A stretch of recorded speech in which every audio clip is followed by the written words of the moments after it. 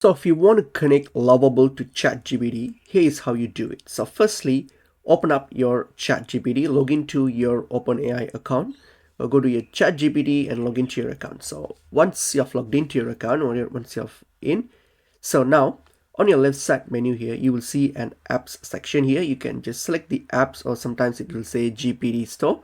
So just click on it. And once you click on it, and now in the search bar here, type in Lovable. So we're going to search for Lovable. So just type in Lovable. When you type in Lovable, you'll see these Lovable option available here.